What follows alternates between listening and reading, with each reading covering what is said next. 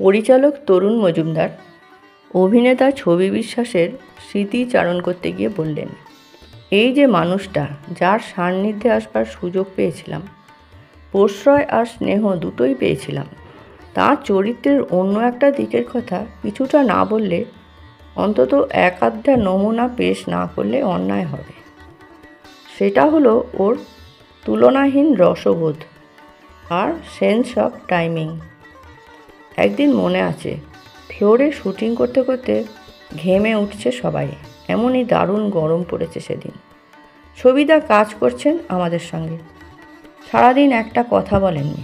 বিকেলের দিকে থাকতে না পেরে বললেন, আর থাকা যাচ্ছে না বুঝলি, মিনিট 10 জন্য ছাড়বি, বাইরে গিয়ে ছায়ায় একটু বসি।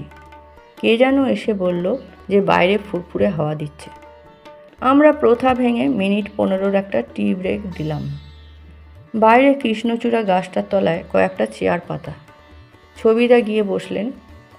আরাম করে চায়ের চুমুক দিতে যাবেন এমন সময় কোথা থেকে হন্তদন্ত হয়ে পাহাড়িদা অর্থাৎ পাহাড়ি সান্যাল এসে হাজির, গরমে ছটফট করতে করতে। ঝপ করে একটা চেয়ারে বসে পড়ে বললেন, উফ, শান্তি নেই কোথাও। ছবিদা, যিনি কিনা পাহাড়িদার অভিন্ন হৃদয় বন্ধু, টুক করে আর চোখে চেয়ে জবাব দিলেন, এতক্ষণ ছিল, এরপর আর থাকবে না। আমরা সবাই হো হো করে হেসে উঠলাম। আর একবারের কথা, কাঁচের স্বর্গ সবে রিলিজ করেছে, কাগজে ভালো রিভিউ বেরিয়েছে আর হাউসফুলও যাচ্ছে পরপর। গিয়ে ছবিটাকে ধরলাম, একদিন এসে দেখবেন না ছবিটা, সাপ ব্যাঙ কী বানালাম। জবাব এলো, সাপ আর ব্যাঙ কোনোটাই আমার পছন্দের জিনিস না। একটা ছোবল মারে আর অন্যটার রস গায়ে লাগলেই চুলকানি বেরোয়। কিন্তু আমরা নাছোড়বান্দা বারবার অনুরোধ করতে লাগলাম।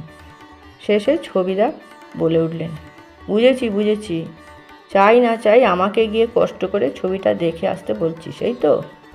হ্যাঁ ছবিদা, কিন্তু আমার যে একটা ধর্মমতে বিবাহিতা পত্নী আছেন, তাকে বলবি না? কি কথা, বৌদিও যাবেন বই কি, আর তাঁর 2টি অপগণ্ড পুত্র আছে, তারাও যাবেন, এবং তারা দুজনেই বিবাহিত। লিস্ট ক্রমশ বাড়ছে। আমরা তো দারুণ খুশি।